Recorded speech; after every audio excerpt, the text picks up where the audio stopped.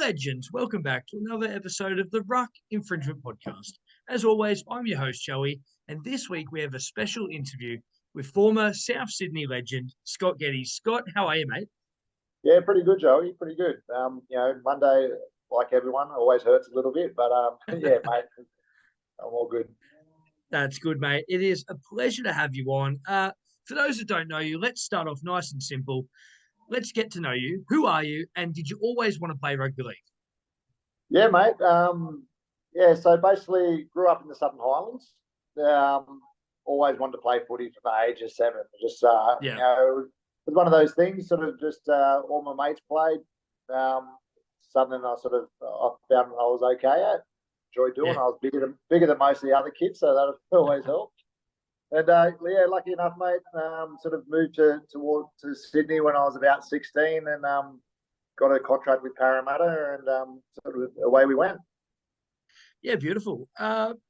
Let's talk about coming through the grades. Who did you play for coming through? Yeah, so Parramatta brought me up from Mossvale Dragons. Yep. I was lucky enough to sort of be playing with Nathan Hindmarsh actually back in Mossvale in the Southern Highlands. So sort of the scouts were down there, sort of looking out for him and a few other guys, and I was lucky enough to come along for the ride. And so Parramatta brought me up. Sort of played a few years there in high school, so all the SG ball and jersey flag and that sort of thing. And at high school, signed for a couple of years with St George. So and then moved over them, which that was good fun. Played with a few blokes like Ben Ross and Matty Cooper and Gaz and all those sort of lads. And and then in 2002, I was fortunate enough to get signed with the Bunnies, and I was part of that team the first year back in the competition, and that was a bit of a ride, for sure. Yeah, definitely pretty special. We'll touch on that soon, but let's talk about your debut. Were you nervous? And take us through it. Yeah, mate, I was shitting bricks, to be honest. I don't know. I was pretty lucky. I actually had Adam Muir. He was the captain of the team, and they rooted me up with him, and mate, it was pretty good.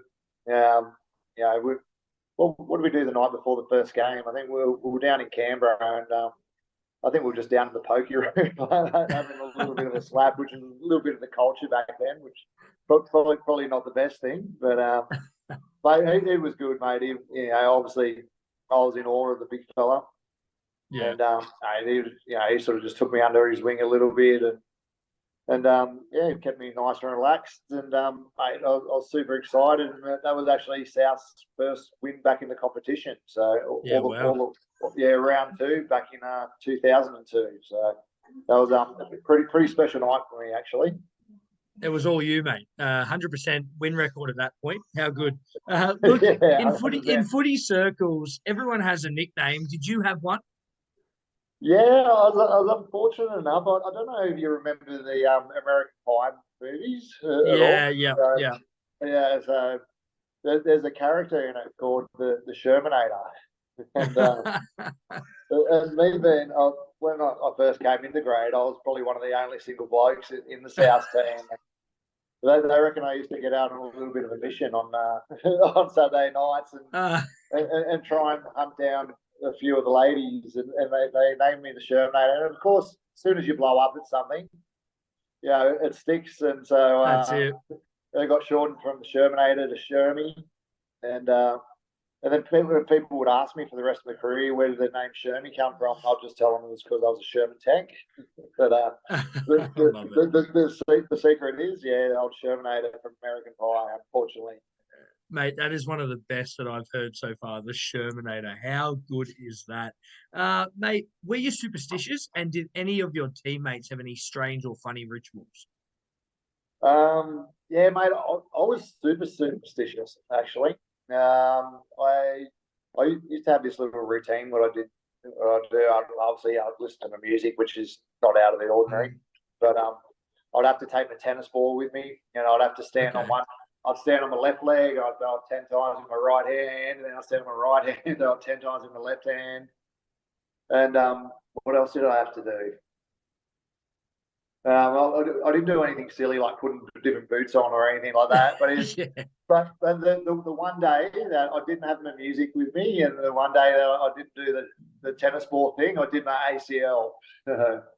And so for the rest of my career, it was got to have my music, and I got to have the Stick to tennis that ball. routine. Yeah, exactly. Yeah, wow, man. That's pretty cool. I really like that one. Other than that, I don't think I can't remember anyone being sort of out of the ordinary. Everyone was just sort of pretty cruisy. Like, everyone had their obviously their game day speedos or budgie smugglers. But other than that, yeah, a few strange ones out there. Mate, who was your footy idol when you were growing up? Mate, for me, I was a baby of the '80s, so one of my first memories watching that Canberra Raiders team run around. Oh yeah. So like Mal Meninga, I was just in awe of the big fella. Yeah. I used to have a VCR. It was the Mal Meninga story. I used to watch it once a week, sort of thing.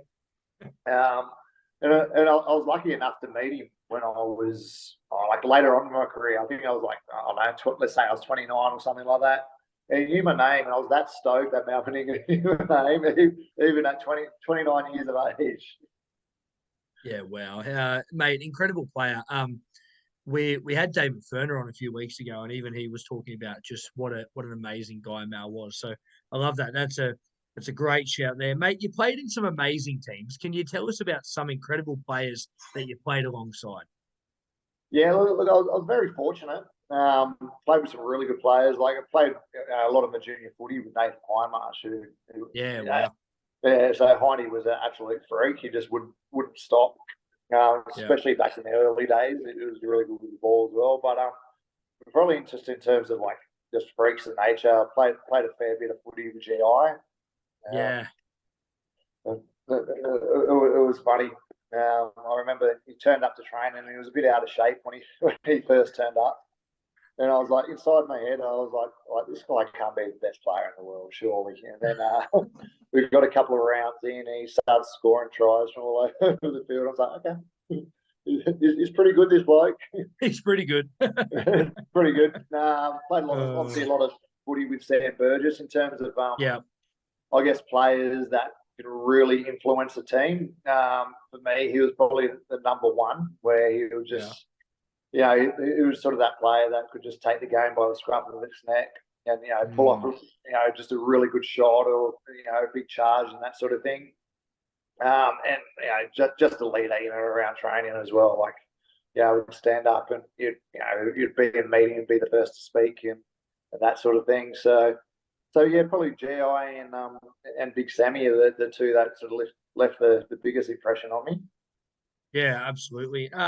Mate, the next question I got, I didn't throw this in our notes, but I wanted to talk a bit about the Roosters Rabbits. Now, we know as a Rabbitoh yourself, Roosters and Rabbits don't tend to like each other too much. When you're a player, is that sort of like instilled in you guys? Is the Book of Feuds real? Is all of that, or is it just show? Mate, it's as real as it gets. Yeah. From day one, like well, for me, our first game back in the comp was against the Roosters, and they absolutely pumped us that first round. Unfortunately, I didn't get to play in that game, which is in hindsight might have been a good thing. But mate, it was one of those things. Like we even shared the same. Obviously we lived very close to each other. We shared the same physio there for a little bit. So wow. Yeah, we'd go into, I think it was called South Sydney Medical Centre. We'd go in there and have all the same physio. So we'd see them like pretty much every day. Holding his back. But yeah, well, it was funny. And then we'd go out to Coogee Bay on a Saturday night and I'd get straight to the front of the line and go in.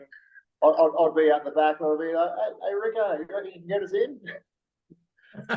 They always had that little bit of a silver tail sort of thing back then. I guess with that, I guess we always saw it as a little bit of arrogance, but they were always, they'll pretty much, they're all good blokes one-on-one, but I guess with success comes arrogance, right? And so we always felt like there was a little bit of that, and I had, plenty of years back in the early 2000s where we were on the end of some pretty high scores. So, but the first time we beat them, I think it was. I'm going to say it was 2005. Yeah, I think so. Be pretty Yeah, close. and mate, that was a pretty special night. Yeah. Like we were just sort of climbing out, climbing out of the bottom of the ladder. Then we were sort of starting to put a few wins and that together, and yeah, when I think might have been Benny Walker kicked a field goal, Mm. a minute to go or something like that, and Rusty did what Rusty does, and there were bottles of champagne in the dressing shed, and it was like we won a grand final with that first win back against the Chooks. So, mate, it was a good time. And then, every game after that, obviously, from that win, the rivalry really sort of kicked off. Where we'd win one, they would win one. And, Yeah. it was always my favourite game of the year, actually, playing the Chooks, because you knew what you were going to get every time you ran out there. Yeah, well, it's funny, like, as a supporter, obviously I'm a Chooks man myself, but on the podcast, I'm very objective. But as a supporter, it's sort of instilled in you when you're young as well. When you support the Roosters, when you're young, it's like, oh, you don't like the Rabbitohs. That's your rival, Yeah. that sort of thing. And I think for a lot of Souths fans, it's exactly the same. It's instilled into you as you're young. But it's really good to hear from a player and hear that rivalry is strong and still going well. So it's very good. Mate, you spoke on Rusty. Let's talk about Rusty a little bit. You played for South Sydney, which everyone knows. You would have met Rusty. What was he like? Mate, he was a champion. He was a really good bloke, especially to the players, obviously. Yeah. He'll just treat you like a genuine person. Yeah. Like he was genuinely interested in what you were doing and all that sort of stuff. So I kind of had a little bit of a PT business going sort of outside of that, outside of footy. And whenever I'd see him, he'd sort of ask questions about it.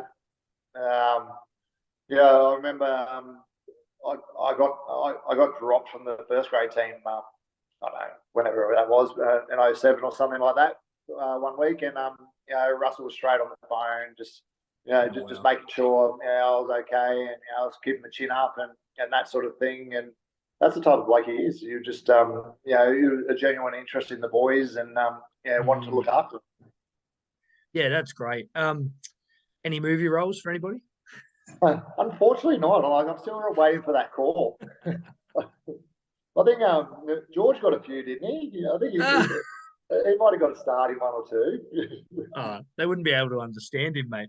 Yeah, true. I struggle with it a bit too. Let's move into our next question. We talk about retirement, mate. You finished up 2012. How was retirement for you? Mate, it was a little bit of a roller coaster. The last couple of years of footy, I had some pretty bad injuries. So yeah, I did I snapped my kneecap in half, and then first came back, ruptured my Achilles against the Roosters, and then so I missed all that year, and then the final year, which is 2012, I ruptured my bicep in the trial, but I ended up playing on with that for the rest of that season. But my body was just ready for it, so I just sort of had enough of the constant grind, the training, everything like that. But it was an amazing experience. Just that what the NRL do for the players when they that sort of whole grand final week and that sort of thing where you go out to the grand final. They used to put you on the back of the utes. Yeah, I remember. And I love that because I used to watch that on telly as a kid. Yeah. So that obviously that's a pretty special thing to be part of, and how they do that. I don't think they do that anymore, do they? But I think they just announce. They just announce the players. Yeah. I reckon bring it back. I loved it. Yeah, absolutely. And in saying that, so after footy, did you stay involved in the game? Yeah, I kind of disappeared a little bit for a couple of years. I think I touched on it earlier. I sort of got a little personal training business, gym down River Beach. So I did that for a few years. Did some of my strength and conditioning qualifications, and then I got the itch again, and sort of went back. And I'm pretty good friends with Mark Ellison, the football manager. Oh yeah, nice. Yeah. So I was just sort of chatting to him one day, and that's when the Bears was South's feeder club. And he said, "Oh, mate, we're looking for a strength and conditioning coach for the pathways for the Bears and the Jersey Flag." And would you be interested? So I went in and had a bit of a chat, and yeah, I was lucky enough. I did that for I think it was two or three seasons as the S&C for their, well, it was Bears, and then they went back to South, which I thought was a really smart move. So yeah, I was lucky to do that for sort of 2 or 3 years, and then yeah, just as you know, just footy just consumes you, and I guess things outside of footy, like my business and that, sort of started to take a little bit of a backward step. so unfortunately, I had to sort of step away from it again. But I definitely miss it, that's for sure. So I haven't done anything footy in the last couple of years, not since COVID. Yeah, I mean, and that was hard too, wasn't it? Once COVID came in, it was really hard for anyone to sort of get back into that grind, especially from being home for so long. But mate, let's talk a little bit about the NRL now. Now, what is one rule that you would like to change in the NRL? Oh, look, I'm not a fan of the 6 again.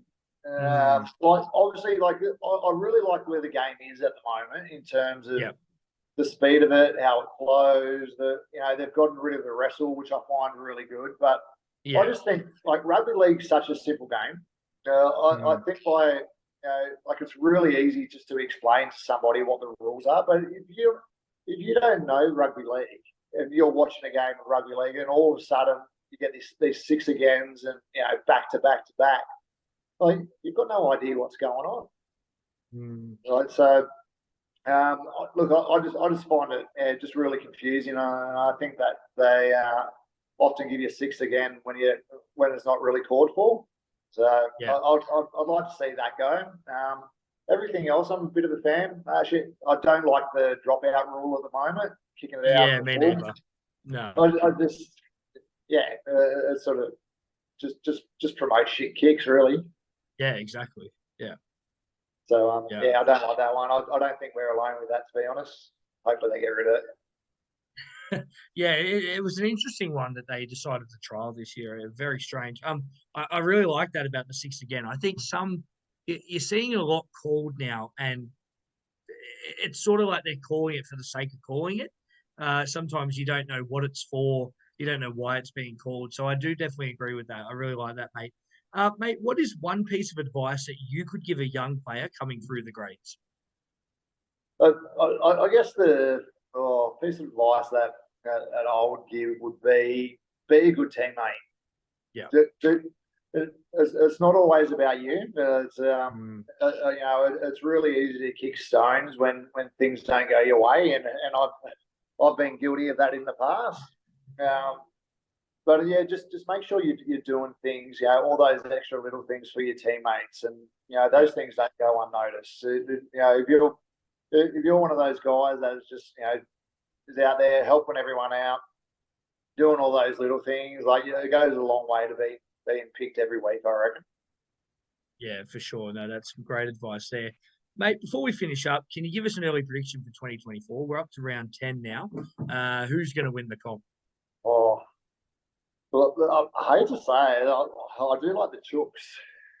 Hey, mate, 2 games in a row, 100 points, looking good. Yeah, it's just like that. Just that roster. I don't know how you guys do it. There's a genius accountant there. But, I need this hat to get a bit bigger. But yeah, look, like on paper, they're bloody outstanding, and they're hitting a bit of form at the moment. I think Luke Keary sort of decided to pull the pin at the end of the year too. I think that might just be, obviously, and other players leaving as well, might just be that little spark that they need to sort of get over the line. So I think obviously Penrith, that you can never write them off. But I like the Chooks at this stage. There you go, everyone. You heard that here first. Scott Geddes is on the Chooks. As much as it hurts me to say. Oh, I love it, mate. Well, that's all we've got time for tonight. We want to thank you for your time, Scott, for jumping on. We really appreciate it. Don't forget, you can check us out on all social media, Facebook, Instagram, TikTok, and X as well at the Ruck Infringement Podcast. And you can listen to us at all available platforms, Spotify, Apple Podcasts, wherever else you listen. That's Scott. I'm Joey. Be good.